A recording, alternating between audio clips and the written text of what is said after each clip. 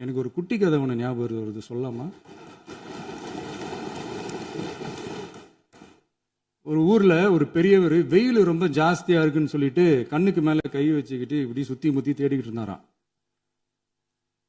அப்ப கூட இருந்த ஒரு சின்ன பையன், என்ன தேடுறீங்க அப்படின்னு கேட்டானா. அதுக்கு அந்த பெரியவர் சொன்னாரா, அது ஒண்ணு இல்ல தம்பி, உங்க அப்பா இங்கதான் இருப்பாருன்னு சொன்னாங்க, அதான் தேடிக்கிட்டு இருக்கேன். எங்க உங்க அப்பாவையா காணோம்?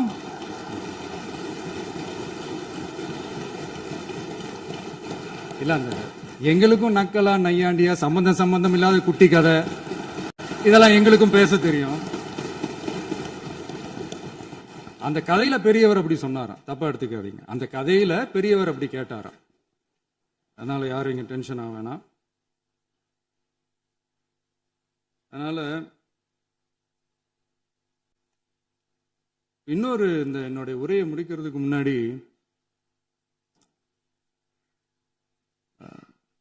போயிட்டாங்க, பேசலாமா? நிறைய உங்க கருத்துக்களை நீங்க முழுமையாக மன நிறைவோடு பேசலாம். டிவியில பார்ப்போம். சரி, அதான் 5 நிமிஷம் பேசுனதுக்கே கொலத்தூரி இந்த ஆட்டம் அடிச்சு பேசுனா அப்புறம் என்ன பண்றது? கடைசியா நான் இந்த உரையை முடிக்கிறதுக்கு முன்னாடி ஒரு முக்கியமான ஒரு விஷயம் பத்தி சொல்லணும். ஆளுநர் உரை அன்னைக்கு இந்த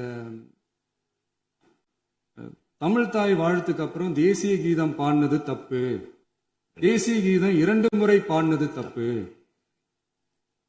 அப்படி ஒரு நிகழ்வு இதுக்கு முன்னாடி இந்த சட்டசபையில நடந்ததே கிடையாது, அந்த மரபே மாத்திட்டீங்க, இப்படி ஒரு பெரிய ஒரு போர் மாதிரி எதிர்கட்சியை சார்ந்தவங்க எல்லாம் சொன்னாங்க இல்லையா? அந்த மாநில உரிமை போராளிகளை, அந்த மரபு காக்கிற உரிமை போராளிகளை ஒரே ஒரு கேள்விதான் கேட்கணும். 2021 ஆகஸ்ட் 2 ஞாபகம் இருக்கா? Centenary celebration of Tamil Nadu legislature.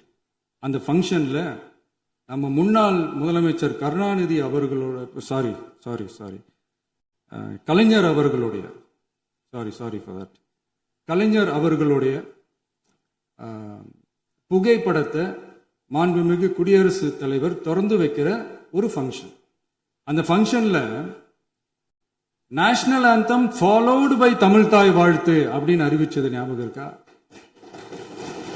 அதாவது தேசிய கீதத்துக்கு அப்புறமா 2வது முறையா, நோட் திஸ் பாயிண்ட், மாண்புமிகு பேரவைத் தலைவர் அவர்களே, பிளீஸ் நோட் திஸ் பாயிண்ட். தேசிய கீதத்துக்கு அப்புறம் 2வது முறையாக தமிழ் தாய் வாழ்த்து பாடப்படும் அப்படின்னு சொன்னது ஞாபகம் இருக்கா? அதுவும் முத்தமிழ் அறிஞர் அப்படின்னு சொல்ற நம்ம கலைஞர் அவர்களுடைய அந்த புகைப்படம் வெளியிட்டு விழாவில் அவர் இருந்த இதே சபையில தமிழ 2வது இடத்துக்கு தள்ளினது யாருன்னு ஞாபகம் இருக்கா? அது மட்டும் இல்ல, அந்த தேசிய கீதத்தை நாட்டுப்பண் நேஷனல் ஆந்தம்னு சொல்லி அதே ஃபங்க்ஷன்ல கடைசியா ஃபங்க்ஷன் முடியும் போது செகண்ட் டைம் தேசிய கீதம் பாடினதும் ஞாபகம் இருக்கா? இதே அவையில் தான், அது அவை குறிப்பிலும் இருக்கிறது, இதே அவையில் தான் நடைபெற்றது. இந்த புக்க நேரத்தில் இந்த ஆதாரங்களை அளித்த மாண்பு முதல் அவர்களுக்கு நன்றியை தெரிவித்துக் கொள்கிறேன். டவுட் இருந்தா இந்த புக்கை பார்த்து தெரிஞ்சுக்கலாம். அதனால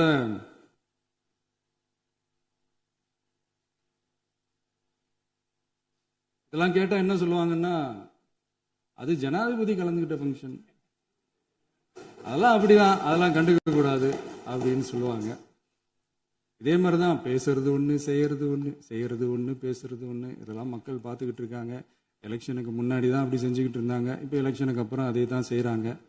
இந்த விஜயையும் சாமானியர்களின் உண்மையான சமூக நீதி அரசையும் அவமானப்படுத்துறதுக்கு தான் அவங்களோட அந்த பொலிட்டிக்கல் சீனியாரிட்டி அது பயன்படுத்துது போல.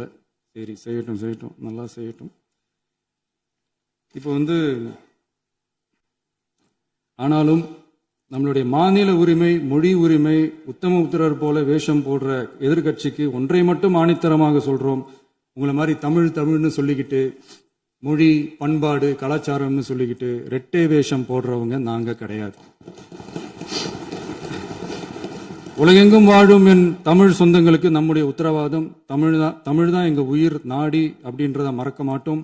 இப்பவும் சொல்றோம், மாநில உரிமையில எப்பவும் உறுதியா இருப்போம். அதே சமயத்துல அரசியல் வேற, ஒன்றிய மாநில அரசுகளுக்கு இடையே இருக்கிற நிர்வாக அணுகுமுறை வேற. இதுல நாங்க ரொம்ப தெளிவா இருக்கிறோம்.